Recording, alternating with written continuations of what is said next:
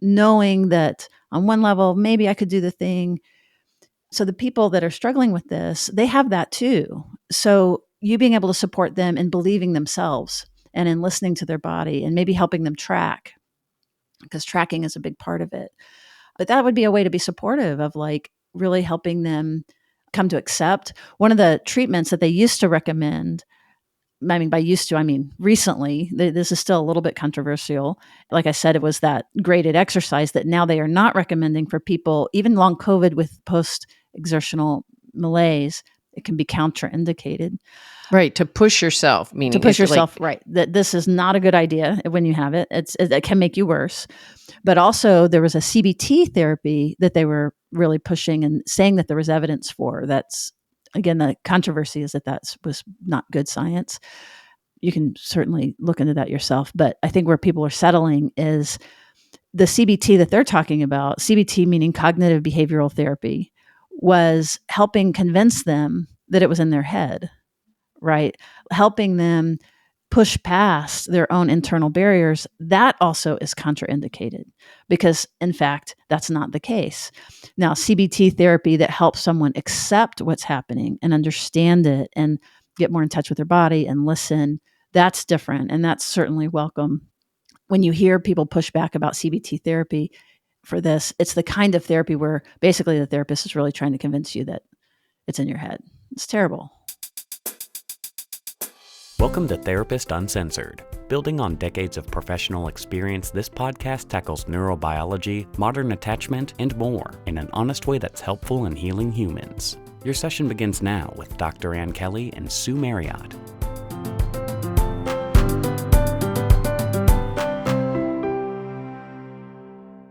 Let's take a break and talk about our sponsor, ZocDoc.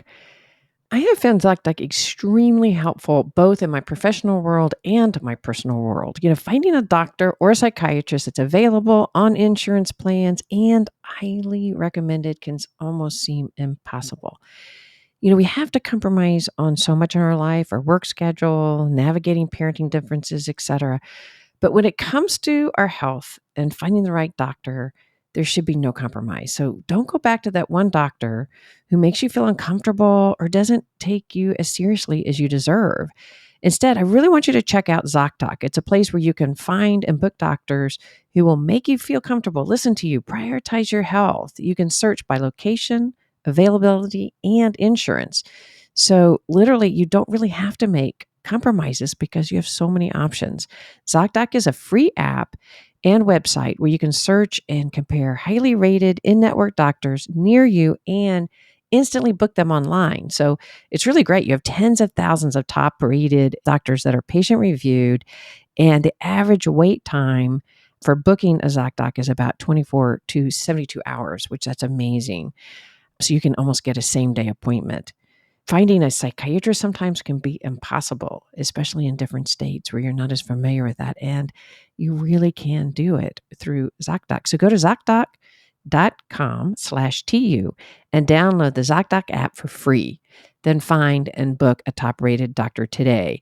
And by doing it through our website and adding /TU, you are really showing support for our podcast. So that's ZocDoc, ZocDoc.com/TU, ZocDoc.com/TU. Hey everyone, welcome back to Therapist Uncensored. I'm Ann Kelly. And before we jump into today's episode, we have an exciting announcement. We have a conference that Sue and I are putting on this coming May 4th. And we're really, really psyched about it, aren't we? We could not do it without our partner organization, Austin in Connection, who is sponsoring us. Near and dear to our heart, austininconnection.org. Check them out. But what we are just really thrilled about is we're taking all the stuff that Ann and I have learned in clinical practice over the past 30 years. That's a long time. If you times that by 2, because both of our separate clinical experiences, everything we've learned on the podcast, everything we've learned from all of our expert guests and all the research that we did for the book, and we're going to bring it to you live. We invite you to join us from wherever you are. We know that many people won't necessarily be able to make it in person, but if you can, this is the event to come to. That's true. Some people have asked, when's the event for us to actually fly in? And if you can and you have the resource to do it, we would love for this to be the one to do it. We're going to also have a meet and greet Friday night. It's more than a meet and greet. Well, that's true. That's true. It's our book launch party. The book launch is Friday night. And so we're going to have a gathering that should be a lot of fun, a lot of ways to connect to people. And then Saturday is a full day, all day conference. And another thing about the conference, and then we'll move on, but it is going to be different. And we'll continue to share details about that as we go, as it gets closer. But it's not going to be just your ordinary conference. We're going to specifically do a deep dive into modern attachment, how to apply it, weaving in relational neuroscience, but also really, really incorporating systems and structures that impact how we feel, both our development, how we grow and how we see ourselves in the world, but also our kind of more immediate sense of security in the world. So I'm really proud of that. And I think that that's really different than anything that's out there right now.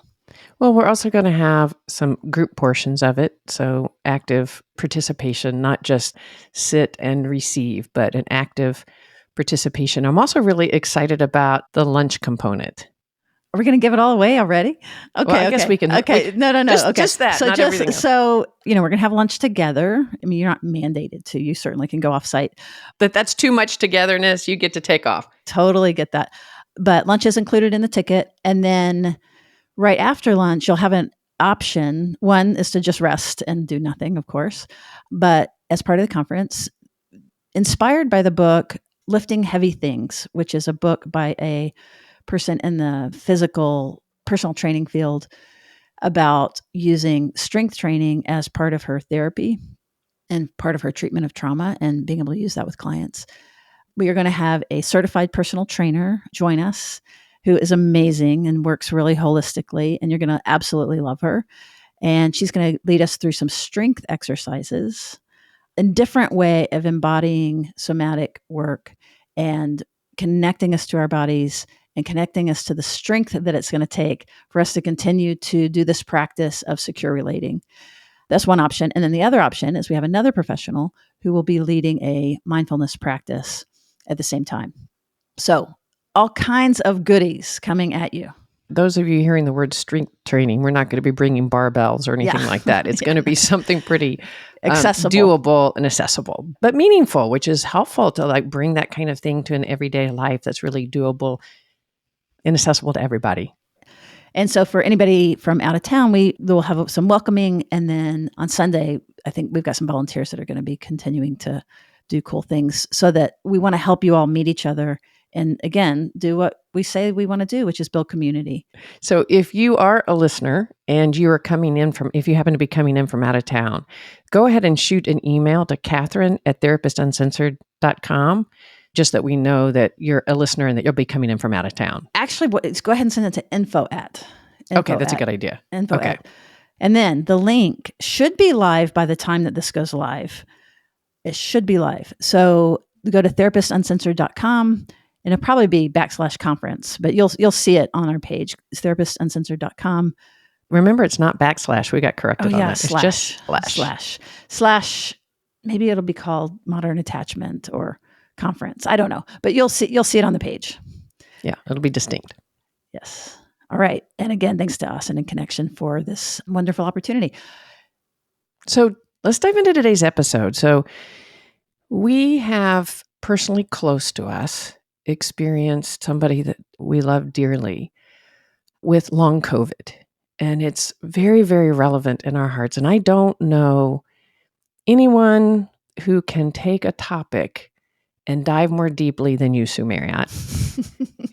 When she gets her mind to something and she cares about you and something's going on, you're going to know more about it than anybody else I think I can imagine knowing.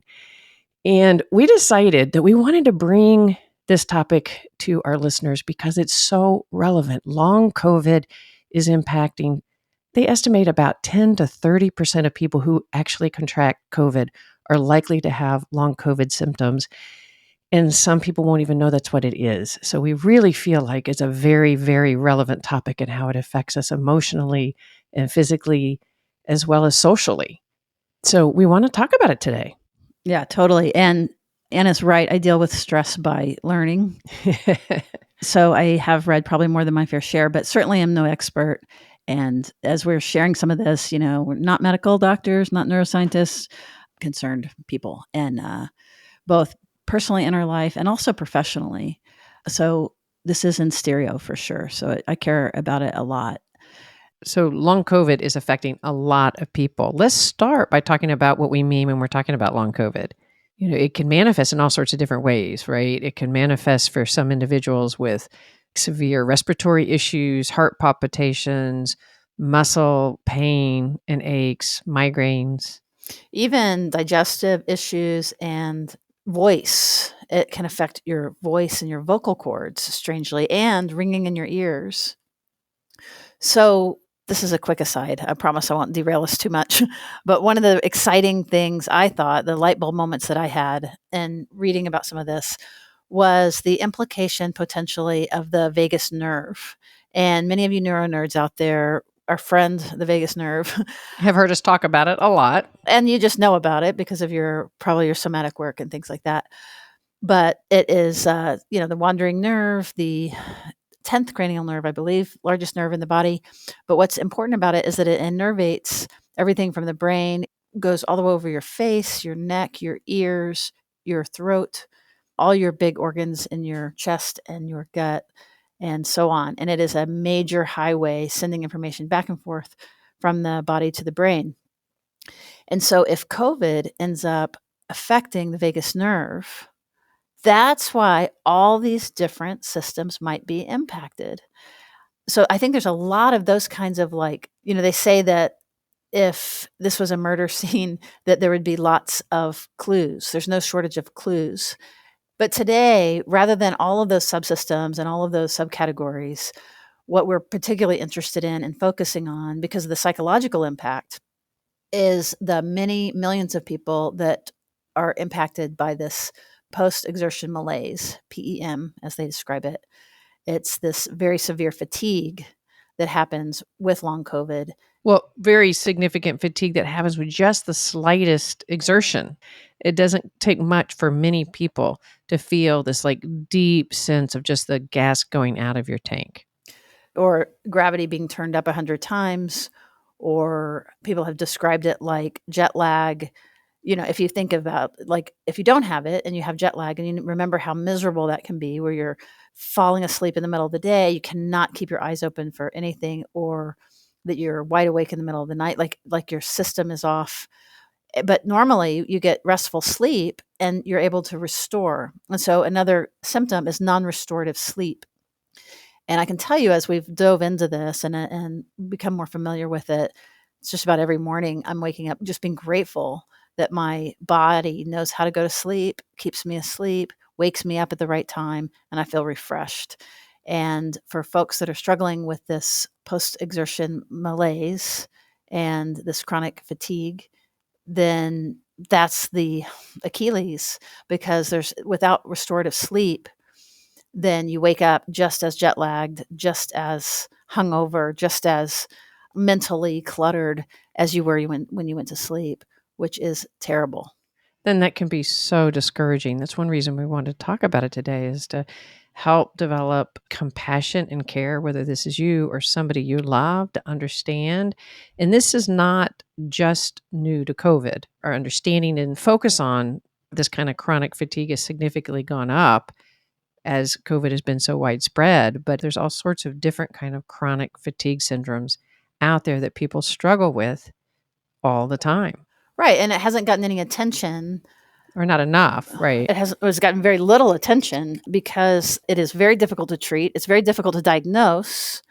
And, it's very easy to blow off and to not believe, because it's even the term chronic fatigue is, we just assume that we know what that means, that because we all have felt fatigued, but that this is something very different. As a matter of fact, there's a movement to really focus on calling it ME instead of CFS. So ME is myalgic encephalomyelitis.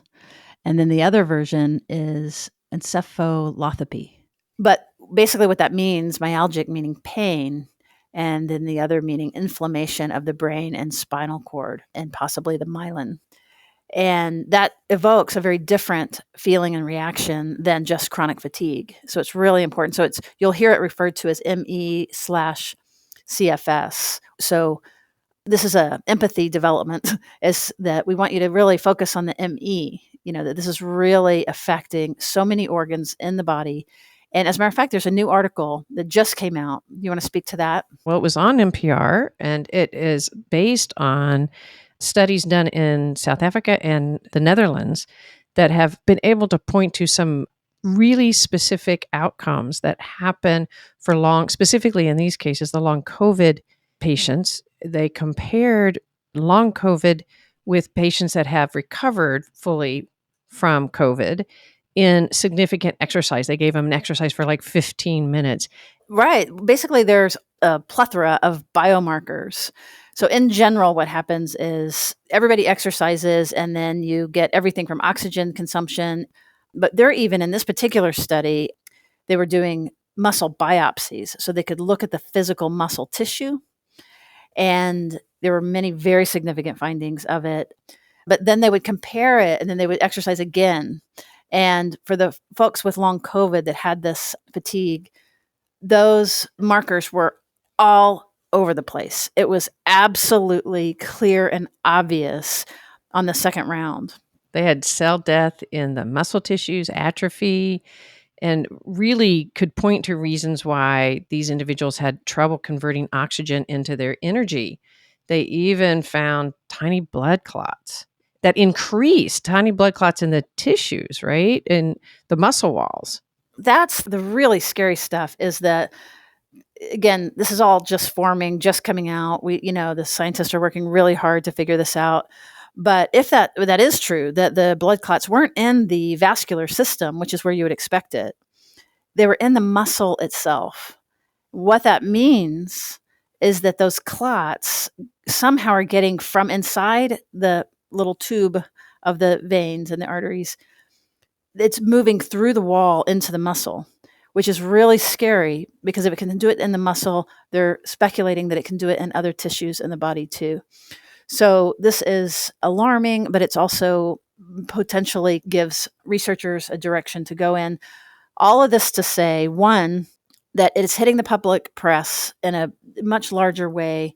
The reality, the biomarkers of this being a very real chronic illness to be taken very seriously, both from work standpoint, health standpoint, all those things, research standpoint. But we shouldn't need that.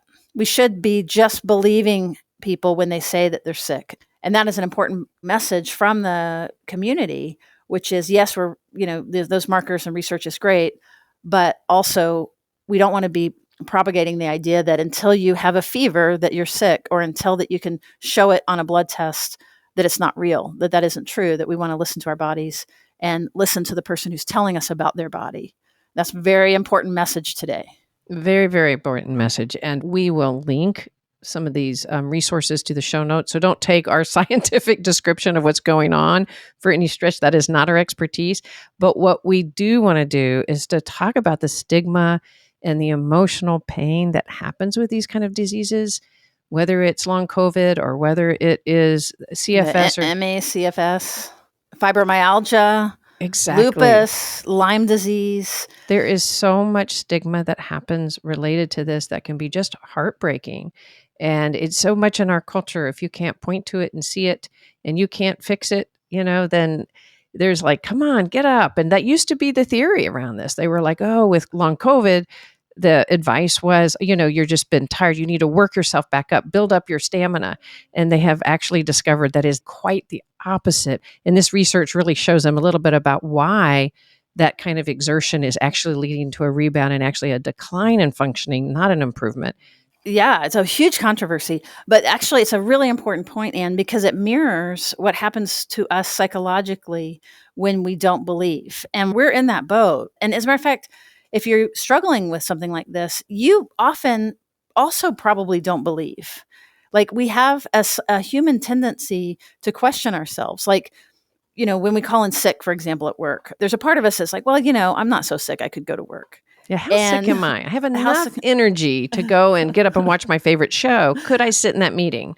Exactly. Or like you think about the day and you're like, you might think, like, I don't feel that great. And then you think about what's going to happen. And then based on what you think about what's going to, like, oh no, then you get up and you go, or you're like, oh, never mind, I'm rolling over and going. So that self-doubt is in all of us. In the medical community, this argument, one of the positions, and this is what you were talking about with the graded exercise, which is that the old theory was, well, yeah, you got sick. And so then you got deconditioned because you weren't moving, you were in bed.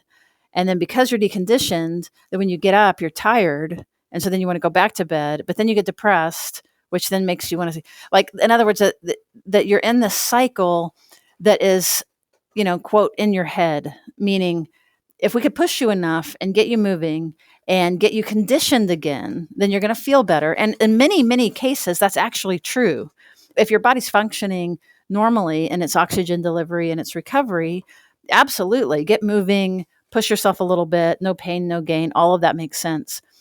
But what they're discovering in this case is the exact opposite, which is that to push someone, as a matter of fact, those studies you just mentioned, those poor long COVID folks that had the symptoms that were pushed to measure, they had the negative impact and the backlash. Like, it's actually harmful to push past these things. But my point psychologically, though, is that there's a group of scientists that are really standing firm in, no, this is about deconditioning. You just have to condition. And then there's these other group of people saying that, no, you have to believe them. And they're pointing now to these biological markers in order to convince them. So it's like they're having to use a left brain argument to say, here, let me prove it to you that we need to listen to these patients. And it just mirrors, I think, some of what goes on within us psychologically, of like, when your neighbor gets robbed or when something bad happens to someone close to you, typically a very natural human reaction is to think something very quiet and privately, like, well, they didn't have a security system, or kept their windows open a lot, which has also this embedded, if they'd have done something different, they should have known better a little bit. well, no, Yeah. but the idea is it's not so much like blaming, but it's more of distancing. Like, if I could do this, then that won't happen to me. It's an unconscious psychological defense to distance us from this helpless, tragic event. They weren't wearing a seatbelt or whatever it is, right? That we have naturally a way when pain happens to kind of tell a little narrative of how that there's some attribute control to it, like that can't happen to me. And so that happens when it comes to chronic illness, because the first thing that happens when somebody says, we say we have a family member with long COVID, there are 100,000 solutions given to us, and it's all in love and all in good intention. And I've done it too. So we're more talking about the psychological impulse to know what's going on, to understand, and then to want to help. And like, here, this is the solution, which is wonderful and beautiful. And again, it all makes sense, but we're trying to look at the more subtle underlying thing, which is, oh, this is something I know and understand. If you did this thing, you would feel better. What we're saying, that's more about our need to feel some sense of psychological control than, like, it's much more difficult to stay in the absolute helplessness and unknowing of this kind of strange multi-system disease that who knows why one person gets it and one person doesn't. It's a more subtle point that we're trying to make here on the podcast today around being a little bit more conscious of our impulse to think we want to give answers, and instead invite you into this much more vulnerable place of not knowing and listening and hearing and asking more questions and being with someone, rather than trying to get it fixed right away. And what you're hearing with that amazing input is what we talk about in general, right? How hard it is to stay connected to people just where they are at, and being aware of what gets stirred in our own body, our assertion to need to be helpful, to be caring, to not be helpless, and how much we project into other people what's going on inside us and miss the connection with the person themselves because of what's going on, the loud voices inside our body or our head, and the noise that we ignore to try to be helpful and encouraging, or to judge and think this person is just like, if they would try a little harder, they could get out of bed, or, they're just playing this off, So if this is something you can relate to experiencing post-COVID, and you hadn't maybe attributed to the fact that you may have literally physiological inflammation. And again, we are not trying to say we know the causes of this. This is not our expertise. So this is the research we're reading, but really consider the fact that what may be happening to your body is real. And if you think about it too, those of you that have this, that's not you, but somebody in your life, and they've had good days, you get hopeful. Oh, good. We're on the other side of this. And then they have, one of the days you're speaking about, to kind of pay attention to how it feels emotionally to you, because you may be putting unconscious pressure on this person to wait, you were better. What happened? What happened? Let's track it down because we got to fix that. And that puts a lot of pressure on both of you to think that there's a specific answer out there that needs to be solved. And the effect of that could be quite detrimental.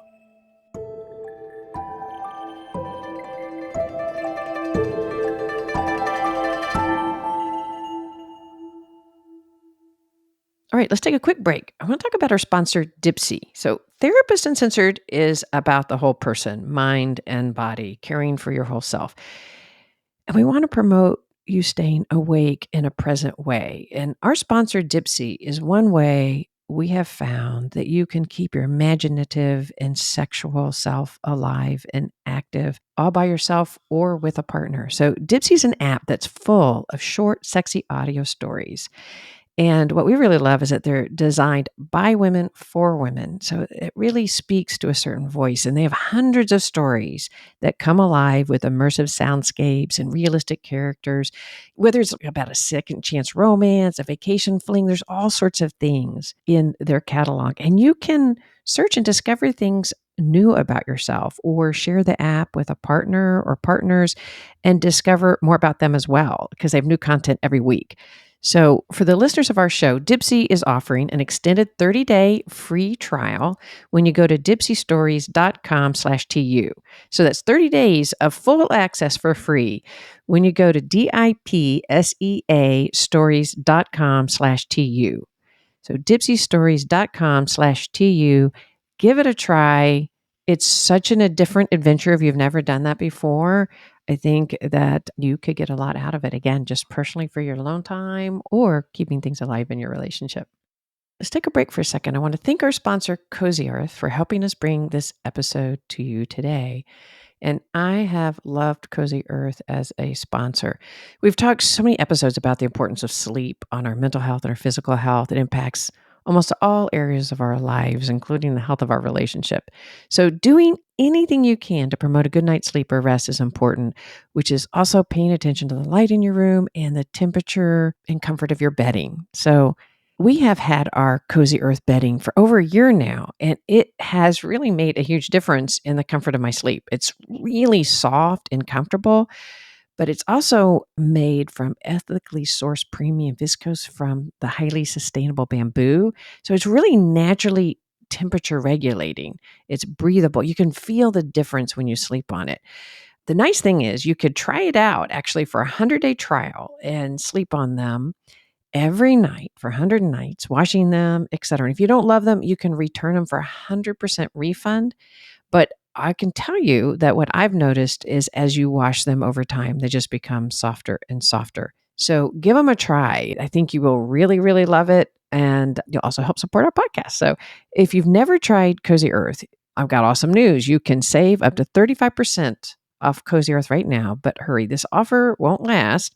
Go to cozyearth.com and enter our promo code TU at checkout for up to 35% off on your first order. That's cozyearth.com, promo code TU. All right, let's jump back into the episode. It's been interesting too, because physicians are people too. And we don't like to not understand something. And it's a challenge to join someone in helplessness when your whole career, your whole life is built on helping people.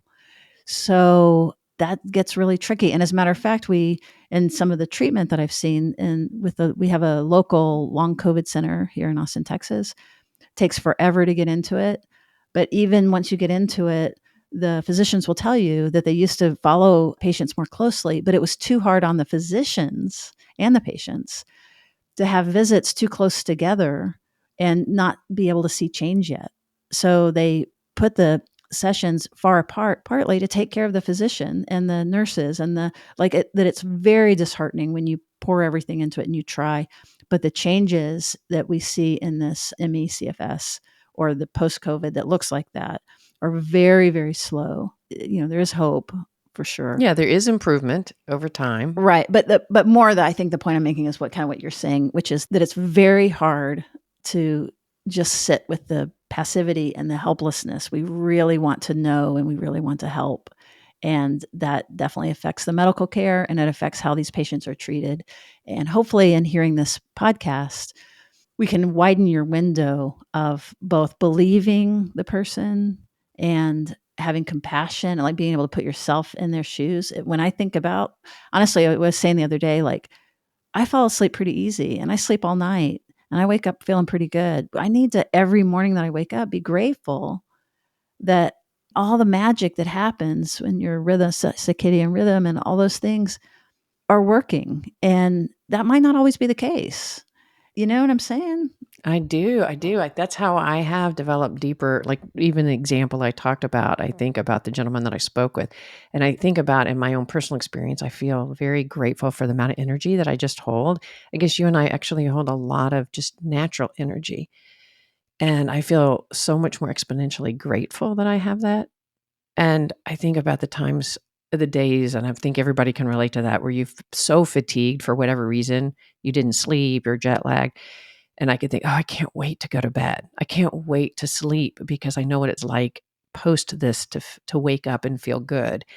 And that generally is what happens for me, right? And so if I stop to really put myself in the place of people experiencing this and they don't get to wake up, they don't get to look forward actually to going to bed to wake up and to feel refreshed, and that they are likely going to feel this, some people for a couple months, some people for 6 months, some 12, some 18 months, some longer, that kind of fatigue. And if you stop to really put yourself in that place, it can help you really connect and feel empathy and not do, well, have you tried this? Think about that. Think about our tendency, we spoke about that earlier, to try to be helpful and to show our care through giving advice, or my friend had this and tried this. And when you have that kind of fatigue and everybody that comes close to you has this solution, it kind of implies if you would be doing something different, like you were mentioning earlier, if you would just do something different, you wouldn't have this. And we don't mean to imply that, but that's what we do. And to slow down and go, oh, that's not the case. This is real. This is a post-infection and brain inflammation in your body. And to show, wow, that is hard. And what we talk about in our podcast about all sorts of other ways of connecting to the people we care about. We want to really promote that here, that secure relating to people going through this is really allowing yourself to imagine the experience for you and to connect in what their experience is. Because it's different for everyone. We're talking about one particular manifestation, but there is a lot of different manifestations of this. So the core goal here is to listen and trust and believe somebody rather than to project ourselves into it and then start going by our own experience, which impairs our ability to go, how is it for you? And what is it that you need? And really listening. And I think we also have to touch base with a lot of our Western culture judgment and stigma on people that are slower, whose physical manifestation is to slow down, and our stigma of that and our pressure to get moving. And the fact that we can't point to particular things makes it really hard for those in the workforce.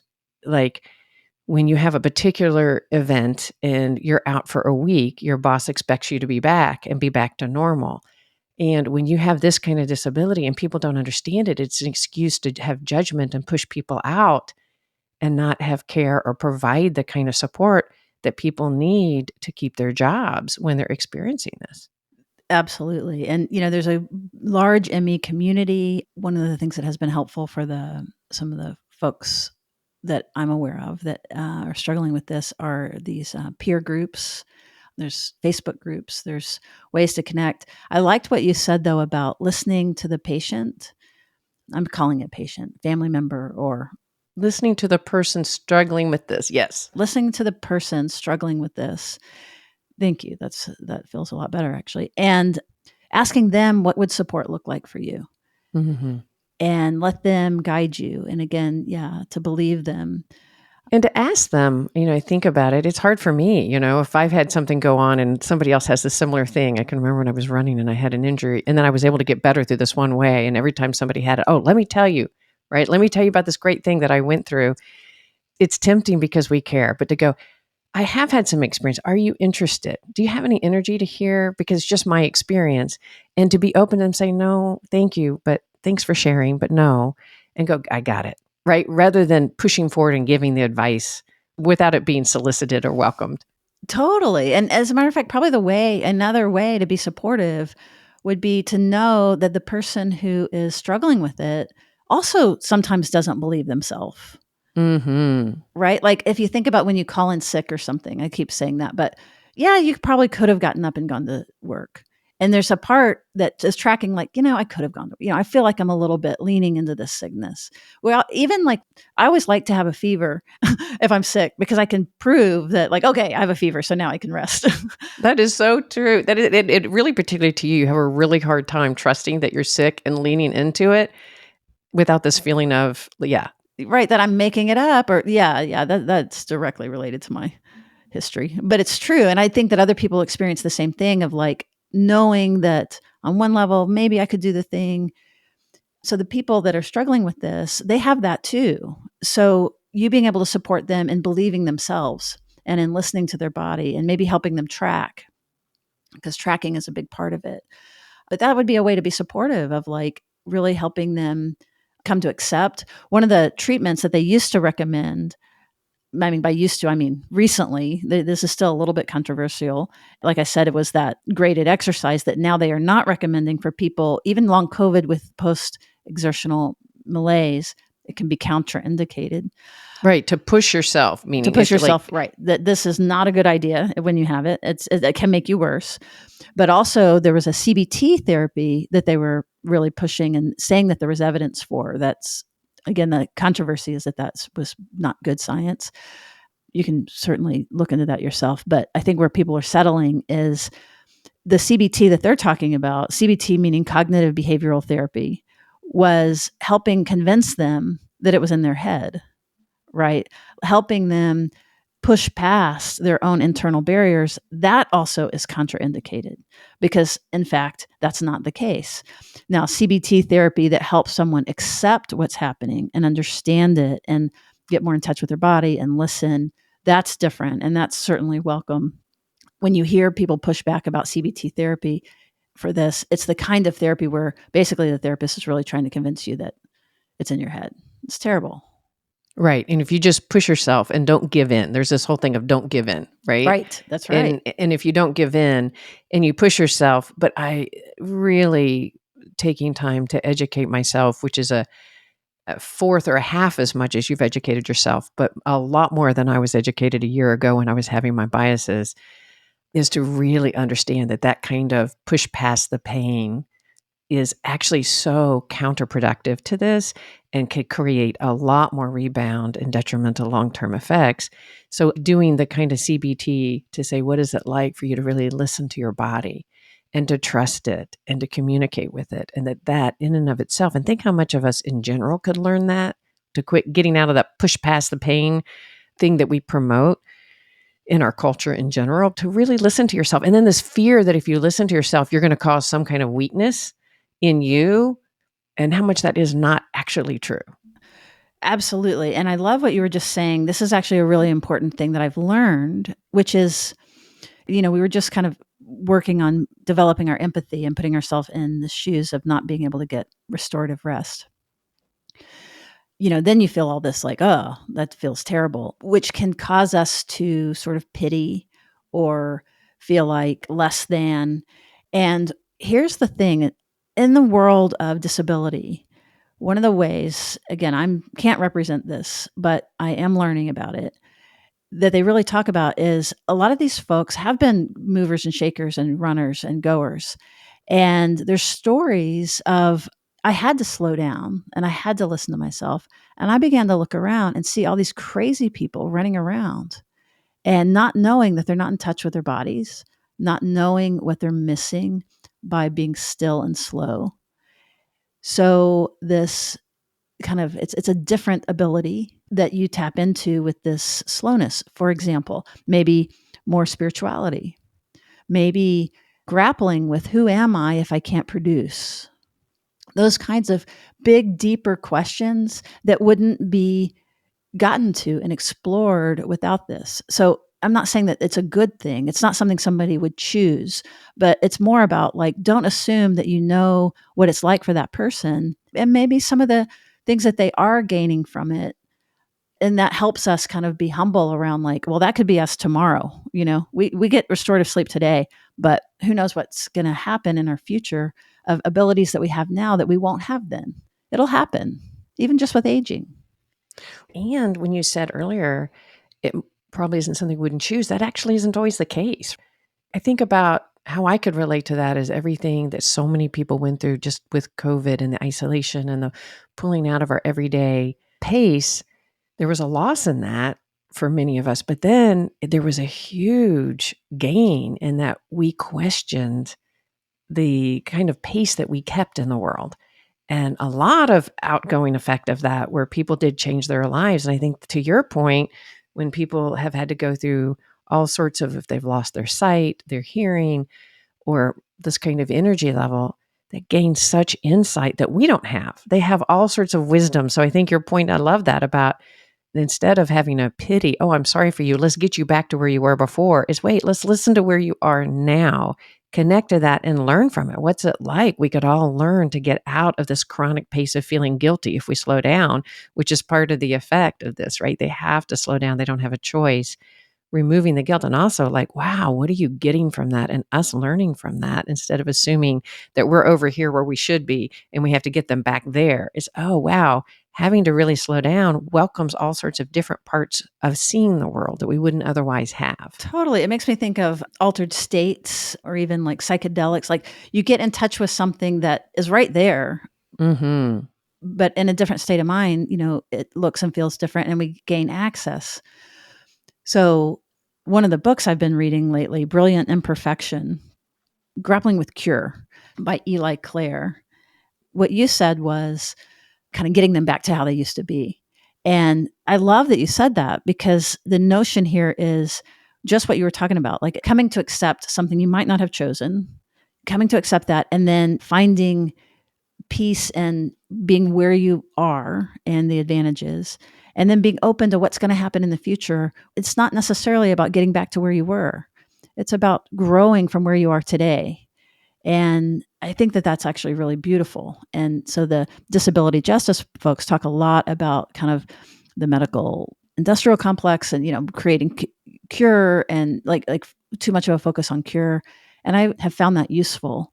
And I think a lot of people with new chronic illnesses are going to have to go through their own process of like, how do I adjust to this? And I'm saying chronic, I'm afraid people are like, oh no, am I going to have this forever? Right. We don't want to imply that. But it definitely is not a quick one. And some of the stuff they do know about ME CFS is that it can be years. This is different necessarily from long COVID with post-exertional malaise. Is that the same thing? Hard to tell.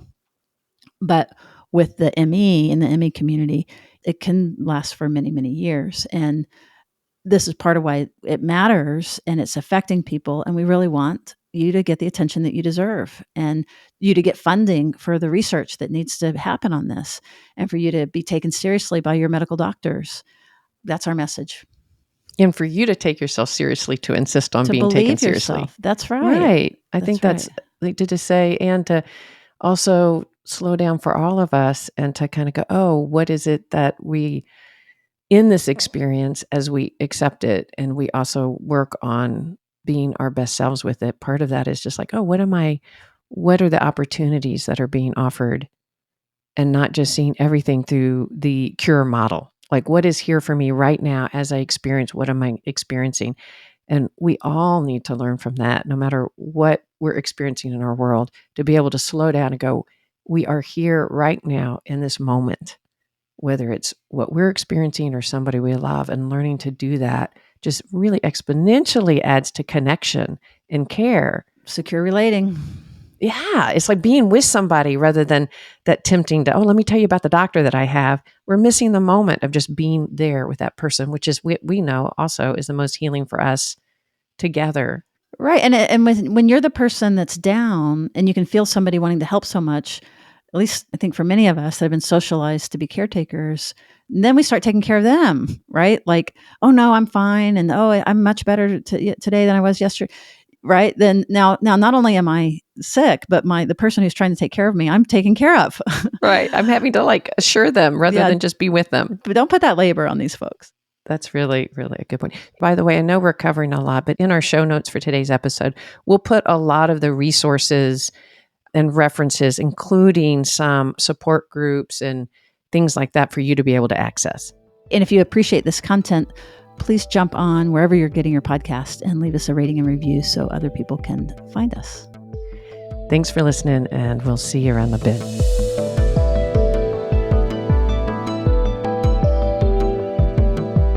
Therapist Uncensored is Ann Kelly and Sue Marriott. This podcast is edited by Jack Anderson.